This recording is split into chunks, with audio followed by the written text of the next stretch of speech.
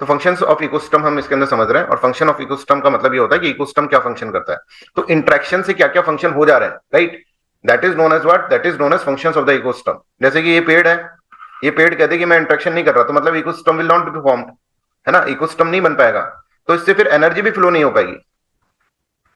तो एक इकोसिस्टम के अंदर एक काम ये हो रहा है, इकोसिस्टम ऐसा कर दे रहा है कि एनर्जी को फ्लो करवा दे रहा है, कि ये जो सूरज से एनर्जी आ रही है, प्लांट ने फूड बना लिया, अब ये फूड से डियर ने खा लिया, डियर को लायन ने खा लिया, तो ये एक तरह से फ्लो ऑफ एनर्जी हो गई, ये एनर्जी इधर से गई, ये एनर्जी इसके पास गई, तो एक एनर्जी के फ्लो को मेंटेन कर रहा है। Who is maintaining that, that is ecosystem is maintaining that, ecosystem is maintaining the energy flow.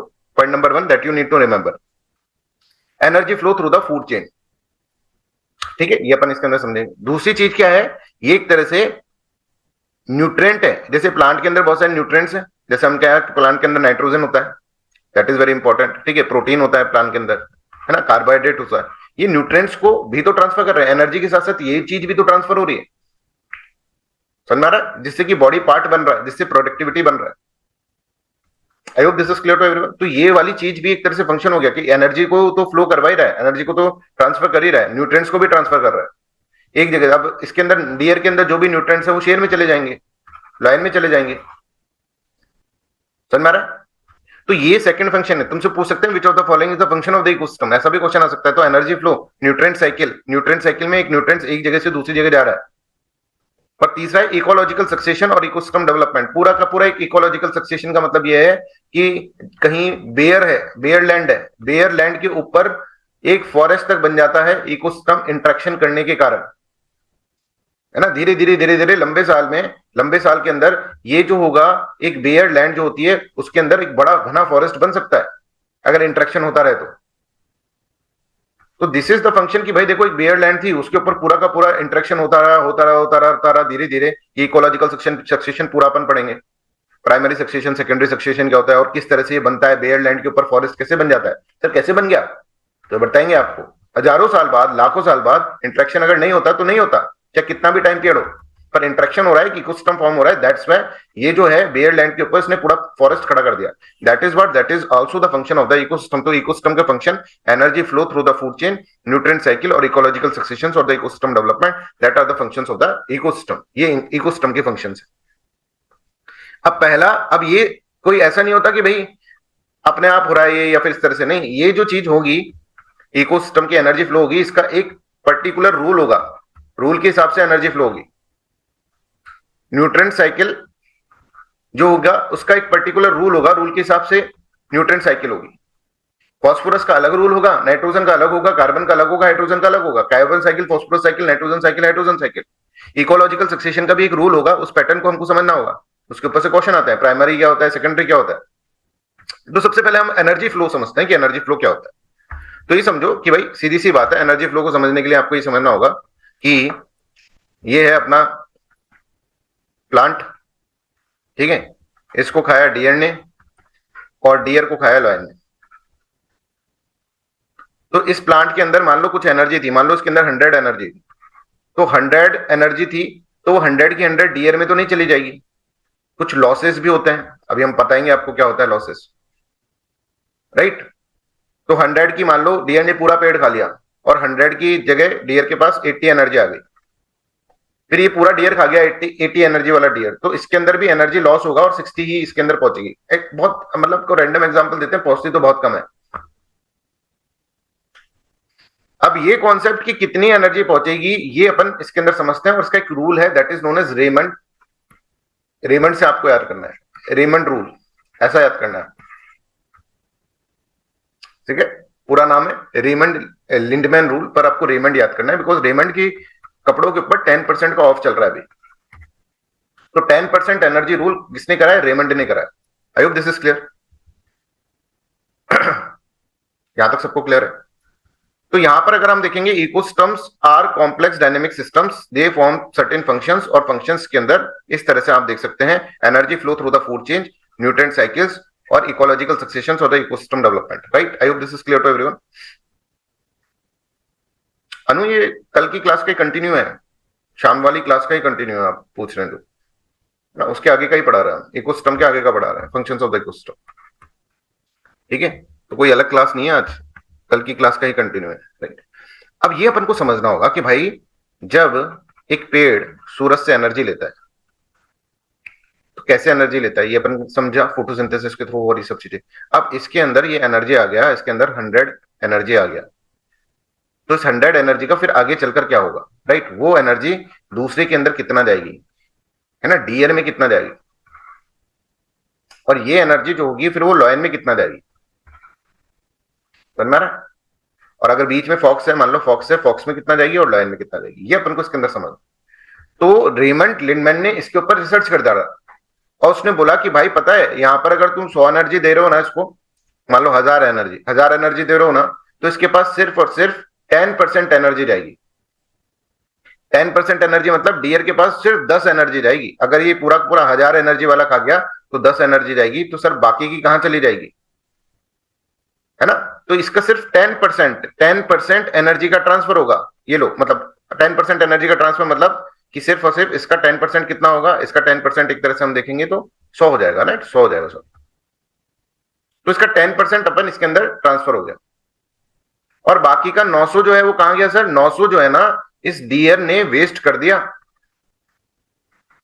है। सर वेस्ट कर दिया, हाँ भाई। आपको लगता है कि आप खाना खाते हैं तो खाने की एनर्जी सारी आपके अंदर जा रही है, नहीं, आपके शरीर के अंदर बहुत सारी एक्टिविटीज हो रही है ना। ये जो दिल धड़कता है इसमें एनर्जी चाहिए ना, समझ में आ रहा है? ये जो अपने पूरे पूरा लीवर काम कर रहा है, पूरा का पूरा स्टोमक काम कर रहा है, उस एनर्जी, उस चीज को पचाने के लिए वो जो मोटर चल रही है अंदर, उसके लिए एनर्जी चाहिए।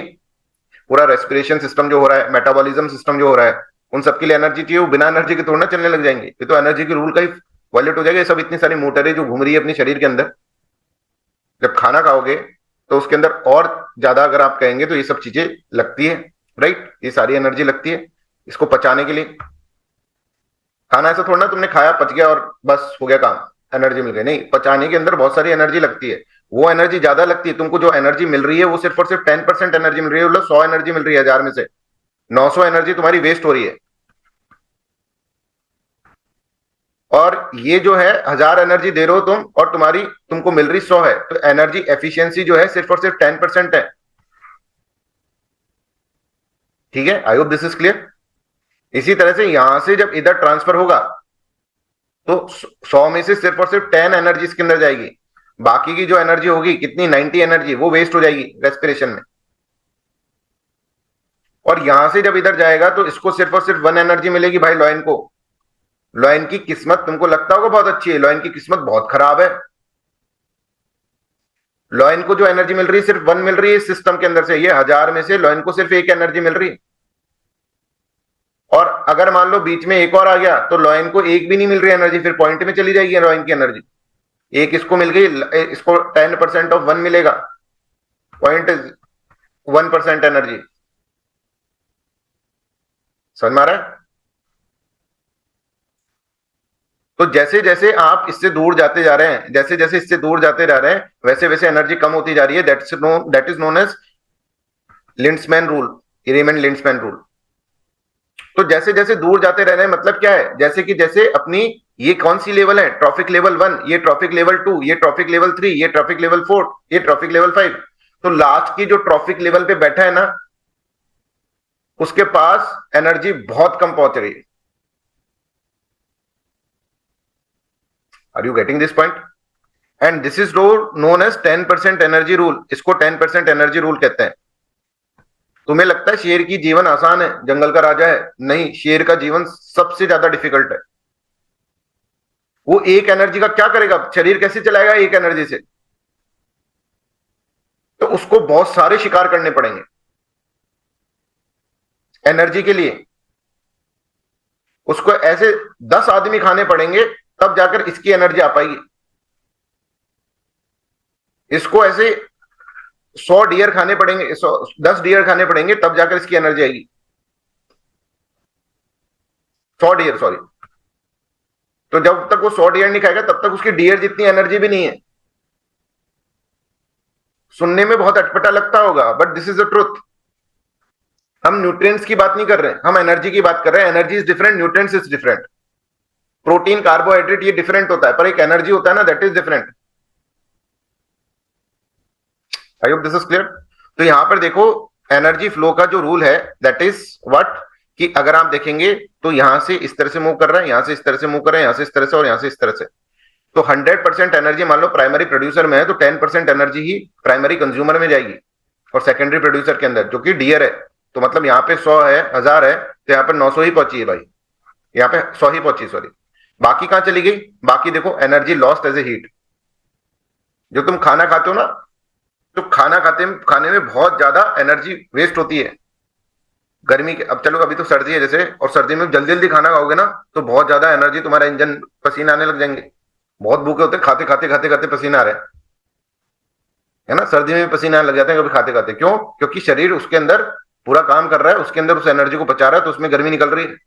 Heat energy lost as a heat. तो तुम खाते तो 1000 हो, तुम्हारे को मिलता सिर्फ 100 है। 900 जो है चला गया कहां? Loss as a heat, body की एक्टिविटी में। और इस भाई की जिंदगी तो और भी खराब है। देखो ये तो पेड़ है, पेड़ ने 100, पेड़ के पास एनर्जी है। इस 100 एनर्जी को ये खा रहा है डियर, और डियर को खा रही है फॉक्स। तो फॉक्स के पास तो आप देखो 100 एनर्जी का 1 ही पहुंच रहा है, इसके पास बेचारे के पास 10 पहुंच रहा है। तो उसको तो 3-4 डियर खाने पड़ेंगे, इसको 10 डियर खाने पड़ेंगे तब जाके इसका काम, डियर, एक डियर जितनी एनर्जी इसके अंदर आई। एनर्जी की बात कर रहे हैं, अगेन न्यूट्रिएंट्स की बात नहीं कर रहे हैं। ये ध्यान रखना भाई, न्यूट्रिएंट्स अलग है ना, एनर्जी अलग है। किलो कैलोरी जो होती है ना, वो उसकी बात कर रहे हैं, राइट। एनर्जी कैसे लॉस हो रही है? एनर्जी लॉस कैसे हो रही है ये समझो। एनर्जी लॉस इसलिए हो रही है क्योंकि आप रेस्पिरेशन कर रहे हैं, उसके लिए एनर्जी कहां से आएगी? आपका रेस्पिरेटरी सिस्टम, जैसे खाना खाओगे उसको पचा रहे हो, डाइजेशन कर रहे हो, खाना खाने के बाद ही मेटाबॉलिज्म स्टार्ट होगा। तो इन मेटाबॉलिज्म, डाइजेशन, इनके लिए एनर्जी कहां से आएगी? बताओ, इनके लिए एनर्जी भगवान कहां से देगा तुम्हें? सर वो एक कंजर्वेशन का प्रिंसिपल होता है ना, energy can neither be created nor be destroyed. तो डिस्ट्रॉय थोड़ी ना हो रही, कन्वर्ट हो गई ना एनर्जी, हीट एनर्जी में कन्वर्ट हो गई ना। मतलब कंज्यूम करके वापस जो हीट डिसिपेट भी कर रहा है। हाँ। डियर वगैरह कैसे? क्या? डियर फिर एनर्जी को डिसिपेट कैसे कर रहा है उसके बाद? दस एनर्जी, परसेंट तो आगे गई। हाँ, तो बाकी की एनर्जी जो है हीट में लॉस हो रही है ना, तुम्हारी शरीर में से गर्मी नहीं निकल रही है अभी, कंटिन्यूअसली तुम्हारे शरीर में से गर्मी निकल रही है। तुमको क्या लगता है शरीर के अंदर से ट्रांसफर नहीं हो रहा, हीट बाहर नहीं आ रही? खाना खाओगे ज्यादा हीट आएगी बाहर, मेटाबॉलिज्म एक्टिविटीज होंगी तब ज्यादा एक्टिव हीट बाहर आएगी। समझ में आ रहा है? Yes sir. ऐसे क्यों बोलते खाना खाते नहाना नहीं चाहिए? क्योंकि शरीर गर्म होता है, सर्द गर्म हो जाएगा, पूरा शरीर गर्म हो गया है, क्योंकि आपका इंजन स्टार्ट हो गया, डाइजेशन पूरा हो गया है, मेटाबॉलिज्म एक्टिविटी स्टार्ट हो गई है। इन सब में हीट लॉस हो रही है भाई। अब तुम ठंडा पानी पटक दोगे शरीर पे तो शरीर बीमार हो जाएगा, सर्द गर्म हो जाएगा। तो आपको लगता होगा कि हम खा रहे हैं वो सारा का सारा हमारे पास आ रहा है। I hope this is clear to everyone. यहां तक सबको समझ, थोड़ा सा अलग लगता होगा सुनने में, पर आप यहां पर देखो शेर की जिंदगी इवन इतना आसान नहीं है जितना ज्यादा हायर टॉपिकल लेवल होगा। अच्छा, आपने कभी सुना है कि T1, T2, T3, T4? आपने यहां तक सुना होगा, मुश्किल से मुश्किल आपने T5 सुन लिया होगा। इसके बाद क्यों नहीं सुना आपने T6, T7, T8, T9? ऐसे क्यों नहीं सुना आपने? क्योंकि ये हो ही नहीं पाता, एनर्जी नहीं है ना, बची नहीं एनर्जी, तो ये सिस्टम बन ही नहीं पाएगा। इसलिए आप समझो एपेक्स जो होता है प्रीडेटर, उसका कोई प्रीडेटर नहीं होता। क्यों? क्योंकि वो काय से पैदा होगा। मान लो वो हो भी गया तो उसको एनर्जी के लिए कितना संघर्ष करना पड़ेगा। I hope this is clear to everyone. जो सबसे ऊपर वाली पोजीशन पे होता है ना बच्चों, उसके ऊपर सबसे ज्यादा प्रेशर होता है, तुम्हें पता है? इसके ऊपर सबसे ज्यादा प्रेशर है। तुमको दिखता ऐसा है कि यार ये तो आराम से आईएएस बन गया, ठीक है, बढ़िया काम हो गया इसका। सबसे ज्यादा प्रेशर उसके ऊपर होगा, ब्यूरोक्रेसी के अंदर भी। इसके अंदर, इस फूड चेन के अंदर सबसे ज्यादा प्रेशर इसके ऊपर है कि भाई ये क्या सोचता है, पता है? पता है आपको शेर क्या सोचता है? शेर ऐसे सोचता है, यार हिरन की जिंदगी मस्त है, कोई संघर्ष नहीं है, खाया आराम से प्लांट, मजा आ गया। तुमको पता है शेर पर अकेले में सोचता है ऐसा? क्यों? क्योंकि हिरन को जितना खाया उतना 10% तो मिल गया ना, मेरे को तो जितना खा रहा हूं उसका 1% भी नहीं मिल रहा, क्वालिटी में मिल रहा है मेरे को, मैं क्या करूं? हिरन की जिंदगी मस्त है भाई, हिरन मस्त चल रहा है अपने जीवन। अब इन पे इतने कॉन्सेप्चुअल क्वेश्चन बन सकते हैं, बताऊंगा आपको, ठीक है। तो जैसे जैसे हम टॉपिक लेवल के ऊपर जा रहे हैं, ये रूल आपने पढ़ा था पर इस तरह से कभी सोचा नहीं था, ठीक है। जैसे जैसे हम ऊपर जा रहे हैं वैसे वैसे हमारी एनर्जी में चेंज जो हो रहा है, वो एनर्जी लॉस ज्यादा हो रहा है। और यही तो क्या होता है, यही तो आप देखो, कोई भी चीज है, जैसे आप बल्ब भी जलाना चाहते हो, लाइट जलाना चाहते हो, तो लाइट वायर से आ रही है, यहां से आपने 100 भेजी, और यहां पर जो आगे आपको 70 मिली, 30 का लॉस हो गया। हीट में कन्वर्ट हो गई, हीट एनर्जी में कन्वर्ट हो गई, खत्म थोड़ी ना हो गई कि एनर्जी 100 की 70 30 का हो गई, हीट एनर्जी में कन्वर्ट हो गई। Can convert, neither be created nor can be destroy, that is fine, but it can convert, convert तो कर सकती है one form to the another form. जैसे सोलर एनर्जी तो थी केमिकल पोटेंशियल एनर्जी के अंदर कन्वर्ट हुई। ठीक है, I hope this is clear to everyone, यहां तक आपको सबको समझ में आ रहा है। तो यहां पर आप इस तरह से चीजों को समझेंगे, राइट। तो पेड़ के मस्त है, पेड़ का मस्त काम है, अच्छा पेड़ का मस्त काम है, बट आपको लग रहा है कि पूरी की पूरी सनलाइट आ रही है, पूरी की पूरी सनलाइट आ रही है, वो सारी की सनलाइट पेड़ ले ले रहा है, नहीं। पेड़ के काम की सिर्फ फोटो एक्टिव रेडिएशन ही काम की है, सिर्फ इस सनलाइट में से 100 सनलाइट में से 2%, 2% टू 10%, वही टाइप की सनलाइट इसको यूज है फोटोसिंथेसिस में। तो पेड़ भी इन्हीं इसी फ्रीक्वेंसी की लाइट को ये क्या कर सकता है, एब्जॉर्ब कर सकता है। यानी पूरी की पूरी 100 के 100 ऑब्जर्व कर लेगा, जल जाएगा पेड़, इतना सा ही कर सकता है। और ये भी बहुत मुश्किल से इसको मिलती है फोटोसिंथेसिस के लिए, सनलाइट होते हुए भी इसको ये वाली चीज चाहिए होती है। तो जहां अच्छी सनलाइट मिलती है, जैसे आप देखेंगे क्यों इक्वेटर पे इतने सारे घने घने पेड़ होते हैं, क्योंकि इसके अंदर अच्छी सनलाइट इनको मिल जाती है, तो उसमें से 2 से 10% आराम से मिल जाता है। पर जैसे ऊपर जा रहे हैं तो सनलाइट कम हो रही है, सनलाइट कम हो रही है, तो अब 2 से 10% वाली जो चीज है, सनलाइट मान लो 100% है, 100% से 2 से 10% ही ले पा रहा है। ऐसा नहीं जो सनलाइट मिल गई उससे ही बना लिया इसने। अब ये चीजें आपको पता नहीं है, और ये बच्चों वाली चीजें हैं, बिल्कुल एनसीईआरटी इसके अंदर दे रखी है। वो क्वेश्चन पूछ लेता है, तुमको लगता है भैया पता नहीं कहां से पूछ लिया, फोटो एक्टिव रेडिएशन। आपको तो लगता था अभी तक कि सारी की सारा पेड़ जो है सूरज का बस एक किरण मिल जाए इसको मजा आ जाएगा, इसको किरण भी स्पेशल टाइप की किरण होनी चाहिए, फोटो एक्टिव रेडिएशन वाली, 2 से 10% इसके अंदर। और ये फिर अपना खाना बनाता है, और उस खाने के अंदर भी इसका लॉस होता है एनर्जी का। ऐसा नहीं कि ये जो है पूरा का पूरा इसके अंदर लॉस नहीं होगा, इसका भी लॉस होता है, बट वो अभी हम प्रोडक्टिविटी वाले कॉन्सेप्ट के अंदर समझेंगे। अभी हम सिर्फ ये कह रहे हैं कि भाई ये जो है प्रोड्यूसर, उसके अंदर 100 एनर्जी है, तो ये 100 एनर्जी ऊपर कैसे जाएगी, that is the flow of the energy. I hope this is clear.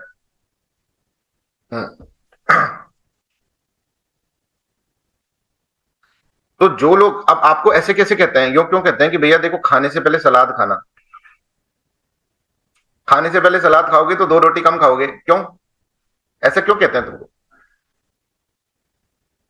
क्योंकि सलाद जो है डायरेक्टली आप वेजिटेशन खा रहे हो,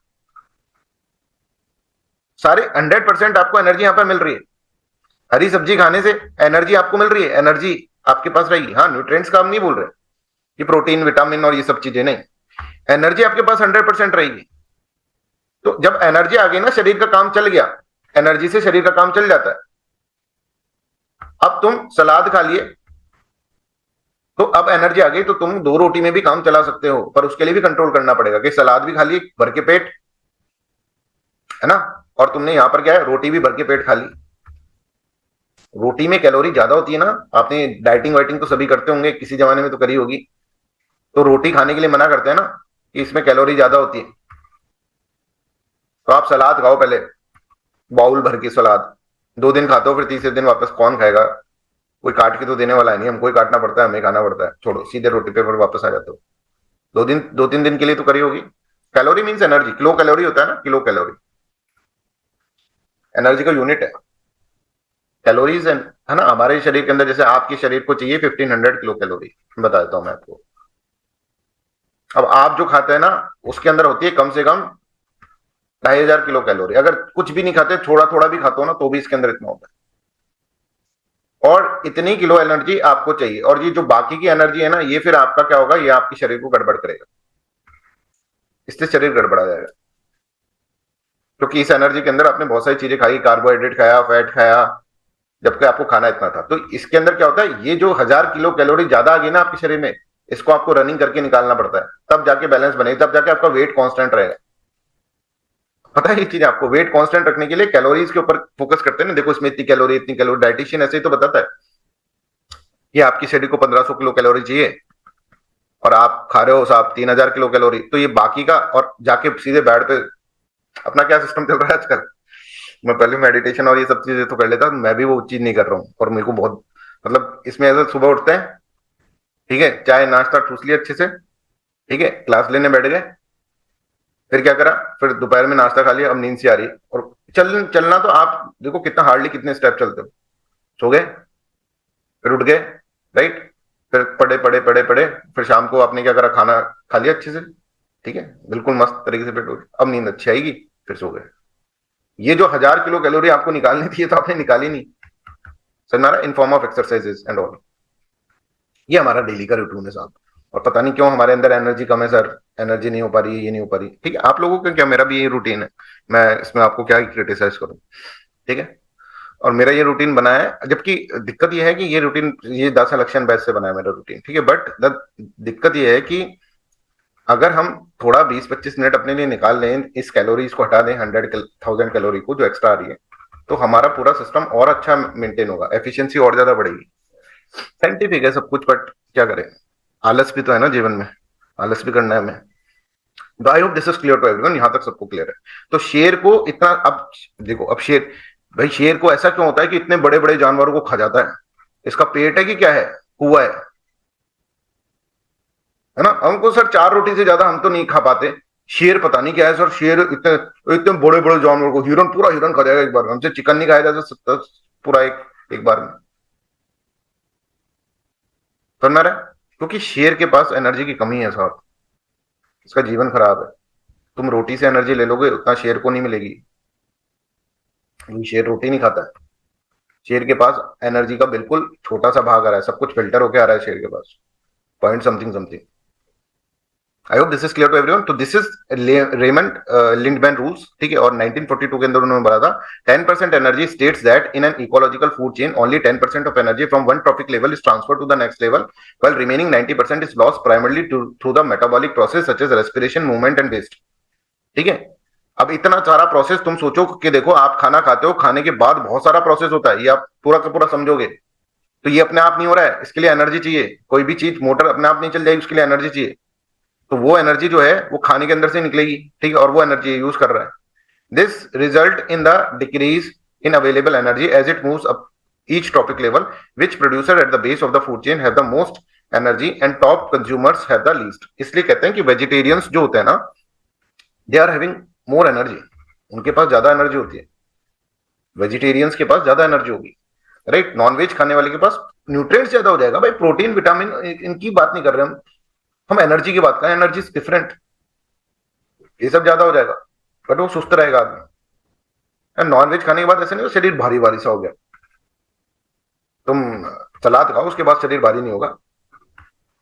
अगर तुम 1500 किलो कैलोरी का नॉनवेज खा लो, 1500 किलो कैलोरी क्या बोल रहा हूँ, ठीक है, 200 किलो कैलोरी का नॉनवेज खा लो, और 200 किलो कैलोरी का नॉनवेज खा लो, राइट, तो ये आपको बहुत सारा कंज्यूम करना पड़ेगा, तब जाके 200 किलो कैलोरी होगा, जबकि सलाद के अंदर आप इतना ज्यादा आपको नहीं करना पड़ेगा। I hope this is clear to everyone. तो ये क्या है, ये एक तरह से लिंड्समैन रूल है, राइट। अब हम आपको बता रहे हैं ये एनर्जी का रूल है, और इस तरह से एनर्जी का फ्लो होता है T1 T2 T3 T4 के अंदर, इस तरह से एनर्जी का फ्लो होता है। तो this is how you have to understand कि ट्रॉपिक लेवल जैसी जैसी ऊपर होती रहेगी उतनी उतनी होगी। तो इसका एक रूल हम बना ले, फूड चेन जितनी छोटी होगी उतना एनर्जी ज्यादा मिलेगा। अगर मान लो फूड चेन यही खत्म हो जाती है, तो इसके एनर्जी सबसे ज्यादा मिलेगा, राइट। T1, भाई T1 T2 और T3, देखो क्या होगा कि ये प्लांट है, इसको डियर ने खाया, डियर को शेर ने खा लिया, तो शेर इज फीलिंग गुड, ठीक है भाई। अब ऐसा हो रहा है कि प्लांट है, क्योंकि देखो यहां से एनर्जी गई 100, 100 से यहाँ पे 10 पहुंची, यहाँ पे 1 एनर्जी मिल गई, ठीक है, 1000 कर लेते हैं, 1000 यहाँ पे 100 एनर्जी पहुंची, यहाँ पे 10 एनर्जी मिली। बट अगर बीच में लोमड़ आ गई और शेर का किसी दिन दिमाग सटका और उसने लोमड़े को खा लिया, तो शेर will not feel happy, because energy जो पहुंची है शेर के पास, दैट इज ओनली 1 नॉट 10। तो शेर विल,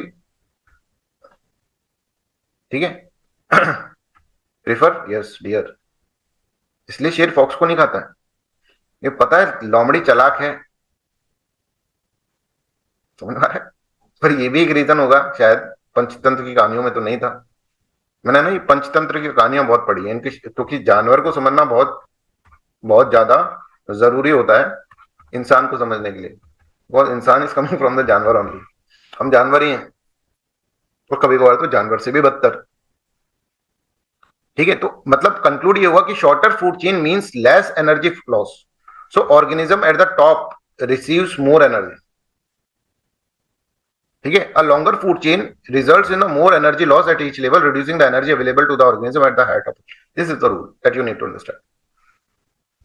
और कहें shorter food chain, plant, herbivorous, carnivorous, यहां पर फूड चेन अगर खत्म हो जाती है तो less energy is lost, so carnivorous gets more energy. अगर मान लो प्लांट है, फिर हर्बीवोरस है, primary carnivorous, secondary carnivorous, tertiary carnivorous, more energy is lost at the each level, so tertiary carnivorous get very little energy. इस तरह से इस चीज को अपन को समझना था, आपने पढ़ा हुआ था, इस चीज को समझना इस तरीके से था। तो top carnivorous requires large amount of food to meet their metabolic growth and the reproductive needs, उनको और ज्यादा चाहिए। However due to progressive energy loss at each trophic level, only small fraction of reach to the top of the food chain. तो शेर कभी कभार सोचता है काश मैं हिरन होता। क्या बात है सर, ये भी सोचता होगा शेर, ऐसा भी सोचता होगा। yes।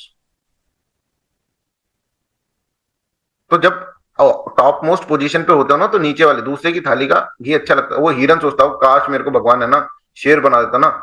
अब देखो दोनों का सेटिस्फेक्शन नहीं है ना। अब भगवान की क्या गलती है, भगवान कहे कि मैं तुमको शेर बनाऊं तो दिक्कत, हिरन बनाऊं तो दिक्कत, दोनों ही रोते हो। तो संसार में सब रोते हैं, सब रो रहे हैं, सब दुख में है।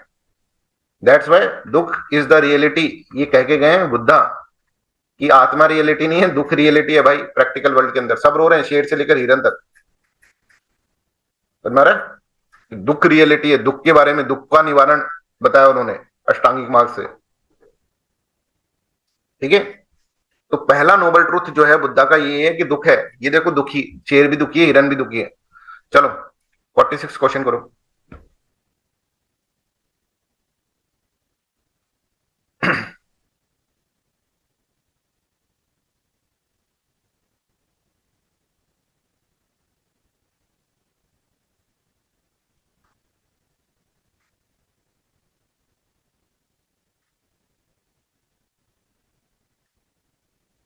हमें अपनी लाइफ के अंदर satisfaction is very much required है ना। हमको लगता है कि भाई पैसे होते तो क्या हो जाता, भाई बहुत सारा संकट आ जाता तुम्हारे ऊपर। अच्छा हुआ नहीं है पैसे, भगवान नहीं देना चाहता तुम्हें।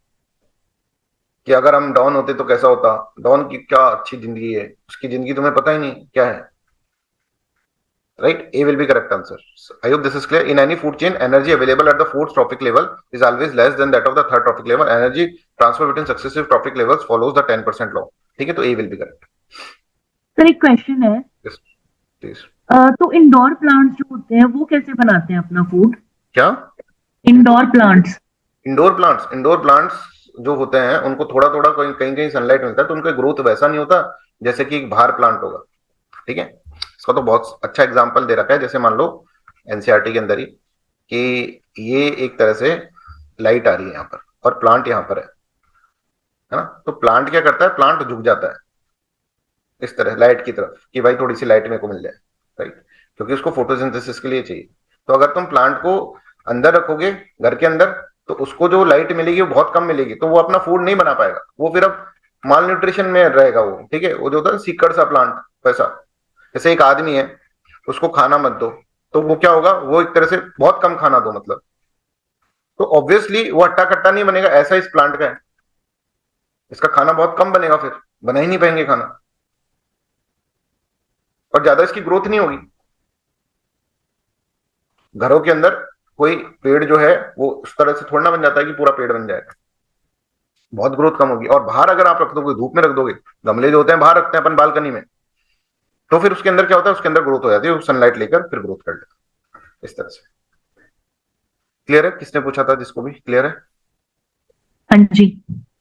चलिए, तो I hope this is clear. तो अगर आपको अपने पेड़ से प्रेम है तो उसको बाहर रखा करो, उसको धूप दिया करो, धूप से ही वो खाना बनाएगा। तुम्हारे घर के अंदर रखने से नहीं, चार दीवारी में खाना नहीं बनाएगा। ठीक है, तो गमले जनरली छत पे रखे जाते हैं, ठीक है, बाहर रखे जाते हैं बालकनी के अंदर। राइट, इसलिए जिससे कि उनको ज्यादा से ज्यादा एनर्जी मिल पाए। ठीक है, ये करो 47th।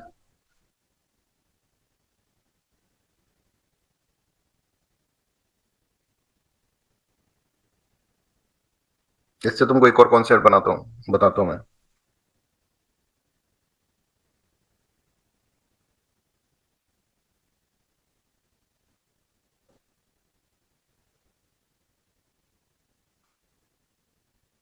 अब समझ गए प्रीडेटर्स इतने कम क्यों हैं, ये ट्राइंगल ऐसा क्यों बना, ये समझ गए। अब थोड़ा समझ में आ रहा होगा कि साहब इनका नंबर कम क्यों होता है, इनका नंबर ज्यादा हो भी नहीं सकता।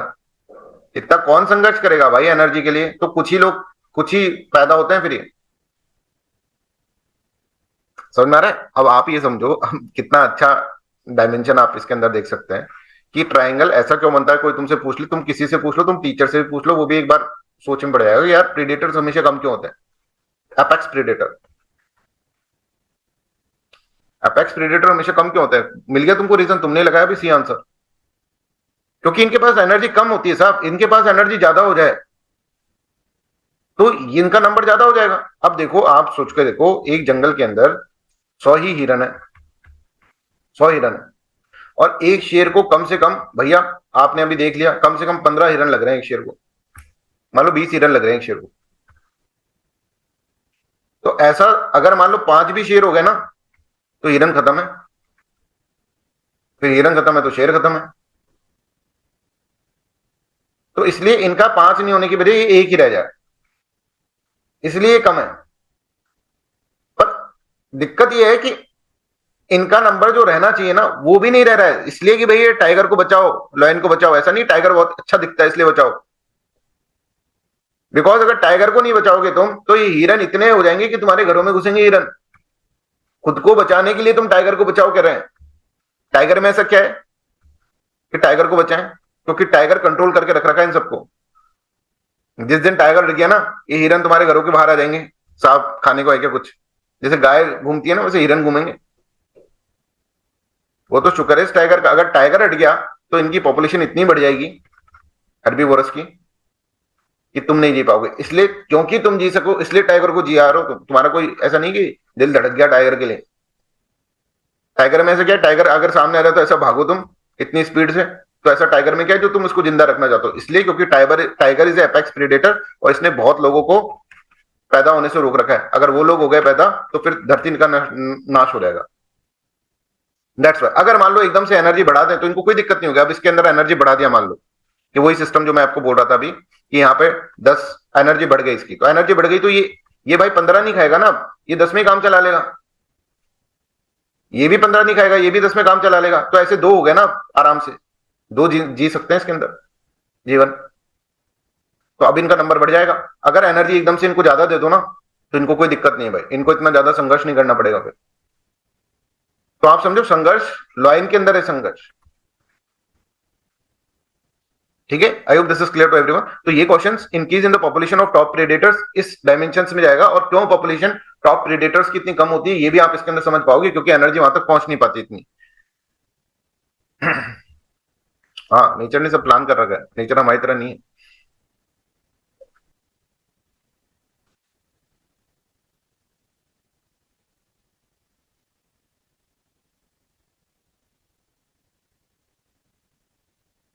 समझ गए इस तरह से। क्यों उनको लंबा पूरा जंगल चाहिए उनको, क्योंकि जंगल में से पूरे में से खाएंगे फिर, क्योंकि एक आदमी एक डियर से काम नहीं चल रहा है, एनर्जी नहीं मिल रही इतनी, और शरीर चलाना है तो एनर्जी तो चाहिए ना। तो that's why low energy availability at high trophic level, that's why वो large carnivores requires extensive territory. 49 करो। ये कंसेप्चुअल क्वेश्चंस है मित्रों, है ना, ये सब कंसेप्चुअल क्वेश्चंस आप इसके अंदर समझ रहे।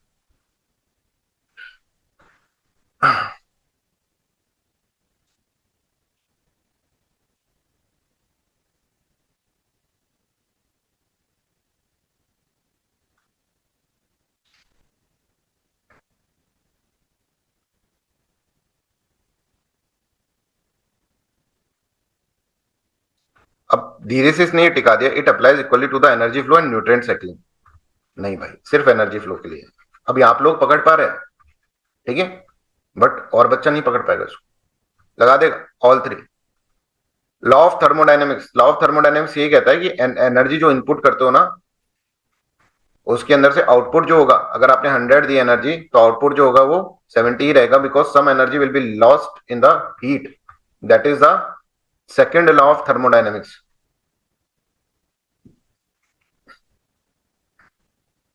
ठीक है, देखो इतना साइंस के अंदर इतना ज्यादा गहराई में भी नहीं पढ़ना होता है, ठीक है, बट ये जो क्वेश्चन है ये तो आ सकता है बिल्कुल आराम से।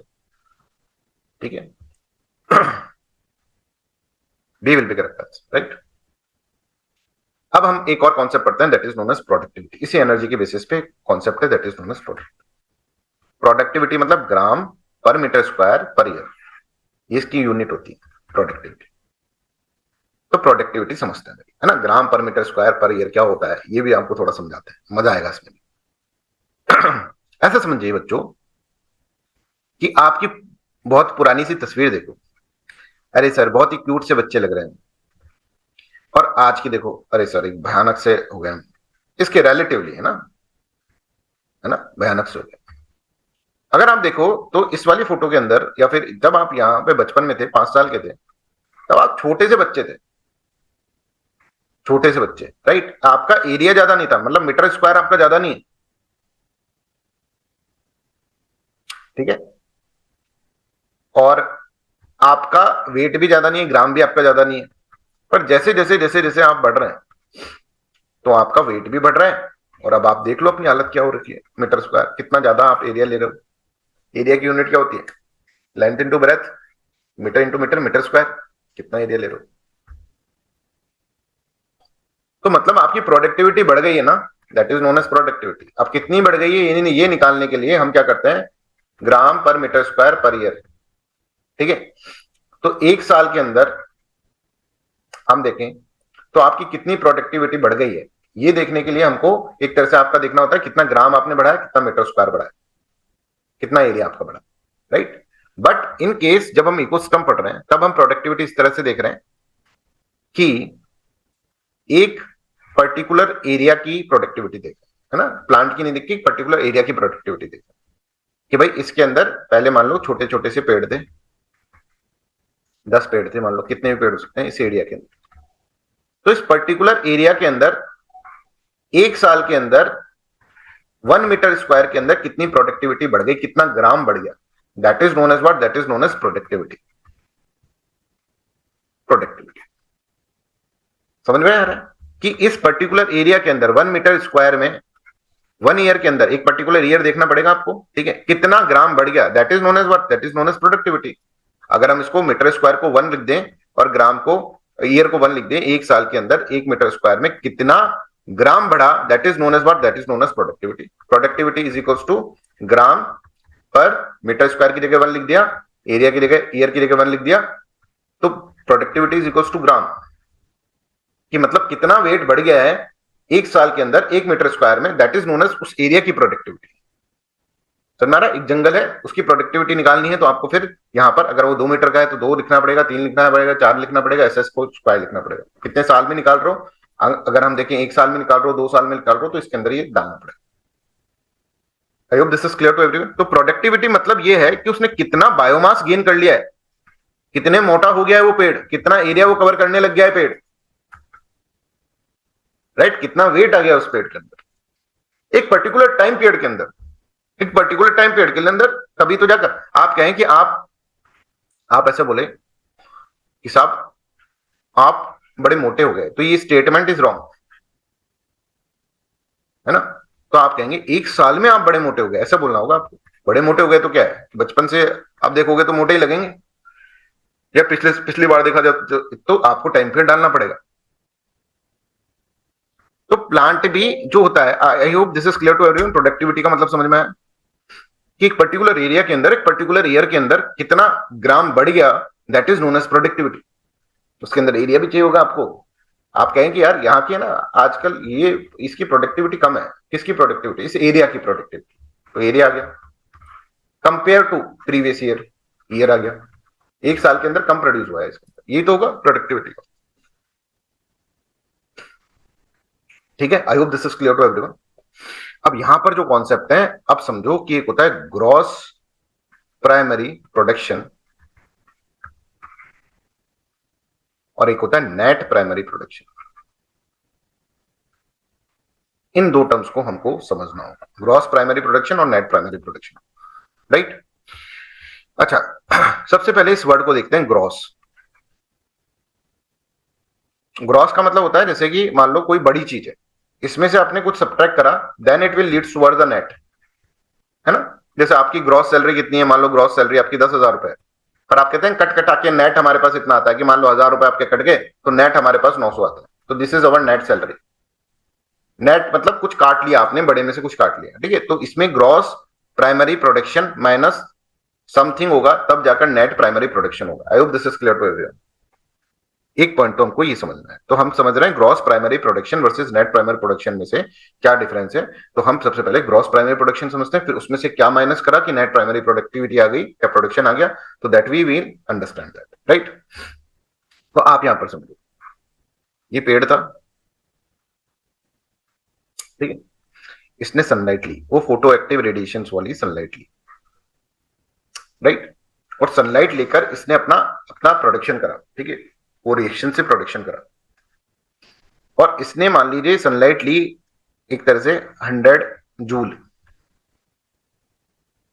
तो अब ये क्या करेगा, ये इसने 100 जूल का प्रोडक्टिविटी वाला, अपन ने 100 प्रोडक्टिविटी वाली चीज बना दी, मान लो 100 प्रोड्यूस कर दिया इसने।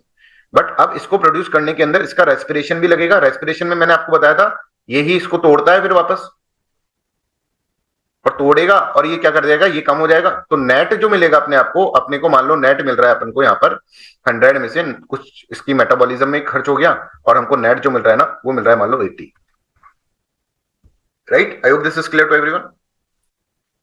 ये होता है नेट, ये मिलेगा हिरन को। मतलब जो 100 जूल ऑफ एनर्जी थी जो इसने ली यहां से, उसमें से कुछ जो होगा वो वेस्ट हो जाएगी। जैसे मान लो 20 वेस्ट हो गई, समझ में आ रहा है। तो कुछ एनर्जी यहां पर वेस्ट हो जाएगी, और उसके बाद जो 80 एनर्जी मिलेगी वो डियर खाएगा। अब इसमें इसमें इस वाली चीज में लिंड्समैन रूल मत लगाना, आप प्रोडक्टिविटी वाले में लगाओगे। T1 के पास एनर्जी पहले से, फिर T2 T3 T4 इस तरह से होगा, ठीक है। और यहां पर फिर ये डियर ने खाया तो डियर को ये मिला, तो ग्रॉस कितना था, ये ग्रॉस था, ग्रॉस प्राइमरी प्रोडक्शन। बट इसके अंदर से रेस्पिरेशन में कुछ चला गया, मान लो 100 में से रेस्पिरेशन में चला गया 20, तो नेट कितना बचा 80। आई hope this is clear to everyone.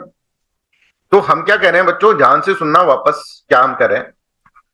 ये प्लांट था, मैंने आपको बताया था CO2 plus H2O in presence of sunlight will give you C6H12O6, है ना, प्लस ऑक्सीजन। ये बोला था मैंने। ये फोटोसिंथेसिस हो रहा है कि रेस्पिरेशन हो रहा है, ये बताओ सब, बताओ बच्चे बताओ, फोटोसिंथेसिस हो रहा है कि रेस्पिरेशन हो रहा है, पी और आर। ये सर फोटोसिंथेसिस हो रहा है, रेस्पिरेशन पता है कैसे होगा। अब रेस्पिरेशन में सर एनर्जी चाहिए होगी, तो ये जो होगा ये टूटेगा सर, C6H12O6 प्लस बाहर की oxygen will give you CO2 plus H2। ये टूटेगा सर, ये टूट रहा है। तो ये अगर 100 बना तो 100 में से कुछ टूट गया ना, 100 में से 20 टूट गया, यूज हो गया रेस्पिरेशन में, उसी खाना बनाने के प्रोसेस में 20 यहां पर आ गया। तो नेट जो अपन को ये मिला वो कितना मिलेगा बताओ, C6H12O6 नेट कितना मिलेगा, जिसको डियर खा सकता है।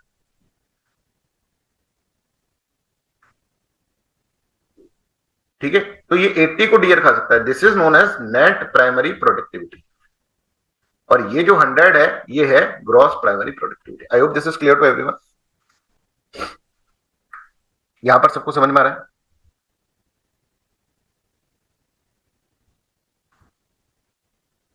तो अब यहां पर देखो, इधर देखो, ये ग्रॉस प्राइमरी प्रोडक्शन 300 जूल वाली एनर्जी का ग्रॉस प्राइमरी प्रोडक्शन हुआ, ठीक है।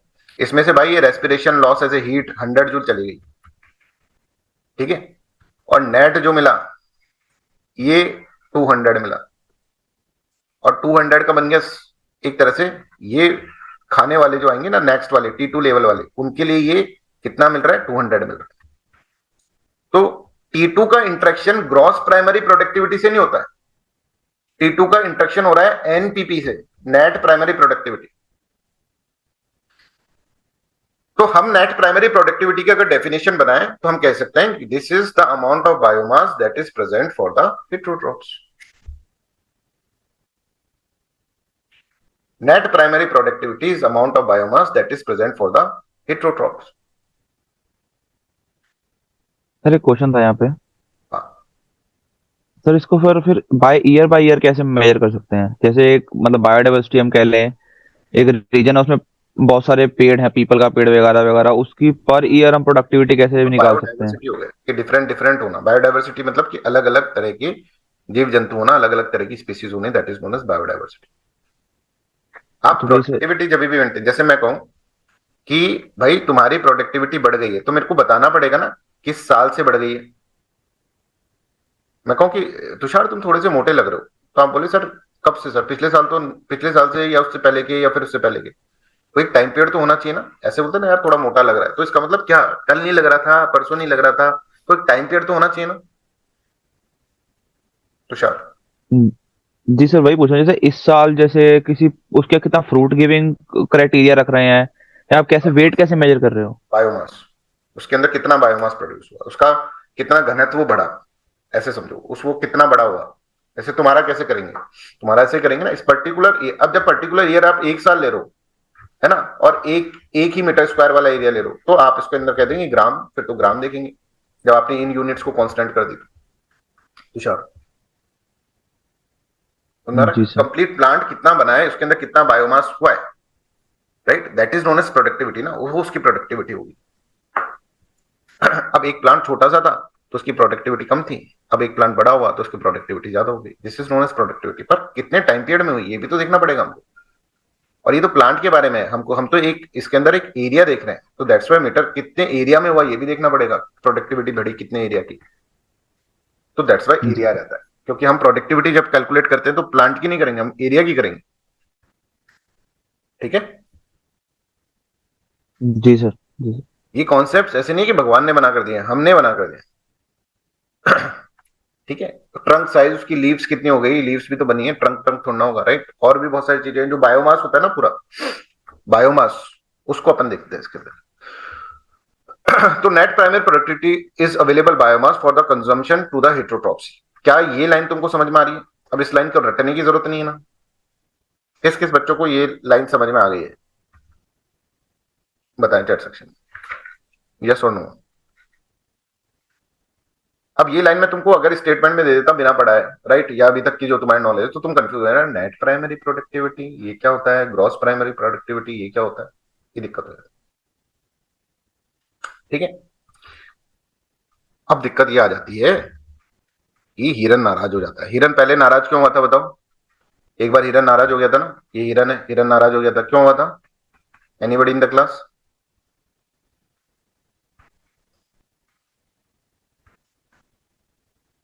हिरन नाराज क्यों हुआ था? हाँ, क्योंकि साहब हमारा नाम आपने क्या लिख दिया, प्राइमरी कंज्यूमर। मैं प्रोड्यूस नहीं कर रहा क्या? मैं प्रोड्यूस नहीं कर रहा क्या? तो ये बोलेगा भाई तुम एक बार बताओ, इसको प्राइमरी प्रोडक्टिविटी तुम बोल रहे हो, है ना, वो प्राइमरी क्यों आ रहा है, नेट नेट प्रोडक्टिविटी क्यों नहीं बोल रहे? क्योंकि उसकी कहानी होता है नेट प्राइमरी प्रोडक्टिविटी, तुम इसको बोल रहे हो, तो भाई मैं भी तो बना रहा हूं, मैं भी तो ये खाकर कुछ प्रोड्यूस कर रहा हूं, तो मेरे को भी बोलो, बोले इसीलिए इसको प्राइमरी बोल रहे हैं भाई, तेरे को सेकेंडरी बोलेंगे। तो यहां पर सेकेंडरी प्रोडक्टिविटी, सेकेंडरी प्रोडक्टिविटी वो चीज है जो कि कंज्यूमर जो है, प्राइमरी कंज्यूमर जो है वो बना रहा है, that is known as secondary productivity. Rate of formation of new biomass by the consumer, जब कंज्यूमर बना रहा है उसको सेकेंडरी प्रोडक्टिविटी बोल रहे हैं।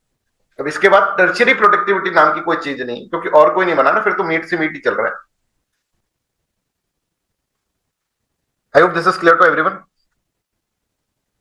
तो प्राइमरी प्रोडक्टिविटी ये होती है ग्रॉस प्राइमरी। अब हम आपको ये पूछना चाहिए सर आप क्यों जबरदस्ती का यहाँ पे प्राइमरी वर्ड यूज कर रहे हो सर, आप ग्रॉस प्रोडक्टिविटी बोलो और नेट प्रोडक्टिविटी बोलो। हम तो बोल देंगे, हिरन नाराज हो जाएगा,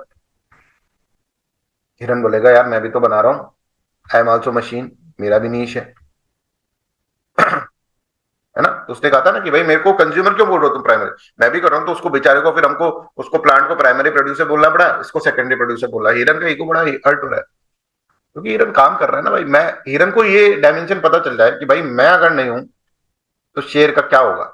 ये इकोलॉजी वाली क्लास ले ले वो, चार पांच, तो हिरन का एटीट्यूड कितना बढ़ जाएगा, इसलिए बोल रहा है भाई मैं भी प्रोड्यूसर हूँ, मैं भी प्रोड्यूसर हूँ, इसलिए कर रहा है, और इसीलिए उसके लिए हमको प्राइमरी और सेकेंडरी वर्ड का यूज करना पड़ जा रहा है। ऐसा है हमारा हिरन। ठीक है, तो यहां तक ये क्लास रखते हैं आज। इतना क्लास है, आपको ये कॉन्सेप्ट थोड़े से अच्छे कॉन्सेप्ट हैं, इनके ऊपर क्वेश्चंस भी मिल जाएंगे। यहाँ तक का आपका आएगा एग्जाम के अंदर, तो सभी बच्चे इसके अंदर प्रिपेयर करें। जो भी स्टूडेंट सिर्फ जिसने एनवायरमेंट करा है, अभी अभी कई स्टूडेंट ऐसे हैं ना जो हिस्ट्री के बैकलॉग्स बैकलॉग्स करना तो हमारे जन्म सिद्ध अधिकार है सर, है ना। और जो बच्चे अभी, कुछ बच्चे अभी ज्वाइन भी करें, राइट, अभी 3-4 दिन पहले भी ज्वाइन करें, मतलब एनवायरमेंट की क्लास से ज्वाइन करें कुछ बच्चे। अब देखो, जिसको हम समझा सकते हैं उसको समझा सकते हैं।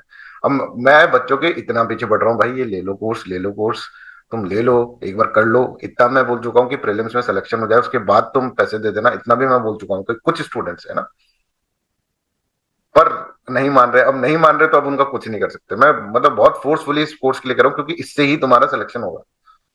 कुछ बच्चे थे जो स्टार्टिंग से आ गए, बिना मेरे इतना फोर्स करे आ गए कि हाँ ठीक है सर, सर बोल रहे हैं, सर पढ़ा रहे हैं तो अच्छा ही पढ़ा रहे होंगे, है ना। उनको इस तरह का बिलीफ सिस्टम था, उनको फेथ पहले से ही था, उनका फेथ मेरे को जनरेट नहीं करना पड़ा। और तुम सबका ही है कहीं ना कहीं, तो तुम सब लोग इसीलिए आए हो ना, कि नहीं तो इतनी फीस कौन देगा, राइट। फिर आपको यहाँ पर आने के बाद फिर पता चला, फिर तुम लोगों को मैसेज आया, सर इसका तो ऐसा लग रहा है कि फीस कम है बहुत, है ना। 3-4 बच्चों ने मेरे को मैसेज करा कि सर इतनी मेहनत कर रहे हो, थोड़ा सा और पैसा ले लो। सोच कर देखो, जब स्टूडेंट ऐसा बोल दे तो मतलब सेटिस्फेक्शन की लेवल बहुत ज्यादा। ठीक है, तो मतलब हम मेहनत कर रहे हैं, बाकी बच्चे, बाकी जो कोर्सेज हैं, टीचर हैं, वो आपका कोर्स कंप्लीट करा रहे हैं, हम आपके साथ मेहनत करें, क्योंकि हमको सिलेक्शन करवाना, उनको नया कोर्स स्टार्ट करना है। तो सिर्फ नाम से नहीं है, हम नाम के हिसाब से काम कर रहे हैं, दैट इज वेरी इंपॉर्टेंट। और ऐसा ही बैच हम फिर मेंस में भी निकालेंगे। और तुम लोग सेलेक्ट तो हो, एक बार तुमको देखना मेंस में 45 दिन में कैसे प्रिपरेशन करते हैं मैं बताऊंगा। एक बार सेलेक्ट हो जाओ, और तुम सब सेलेक्ट हो रहे हो, प्लीज ट्राई टू अंडरस्टैंड, ये अपने अंदर बिलीफ रखो, हम सब सेलेक्ट हो रहे हैं, जो भी मतलब क्लासेस को अटेंड कर रहे हैं, जैसे हम बता रहे हैं वैसे हम, तुम सब सेलेक्ट हो रहे हो। अब इन सब का हम अब रिवीजन कराएंगे आपको। नेक्स्ट क्लास में 15 मिनट का ओरल टेस्ट होगा सभी बच्चों को, जिसमें बोलना होता है, जैसे हम हिस्ट्री में कर रहे हैं वैसे। नेक्स्ट 15 मिनट, स्टार्टिंग के 15 मिनट ओरल टेस्ट होगा, और उस दिन क्लास थोड़ा सा ज्यादा ले लेंगे, 1.5 घंटे की क्लास ले लेंगे, राइट। क्लास थोड़ा पहले स्टार्ट करना पड़ेगा, ठीक है, क्योंकि मंडे से लेट नाइट 9 बजे के बाद क्लास नहीं ले सकता मंडे से मैं। हाँ, तो 9 बजे से पहले पहले ही सब कुछ करना पड़ेगा, और उसको थोड़ा 7 बजे कर देंगे, ऐसा कुछ कर लेंगे, ऐसा करके कर देंगे जिस दिन रिवीजन होगा। तो that's all for today's class, thank you so much, bye bye.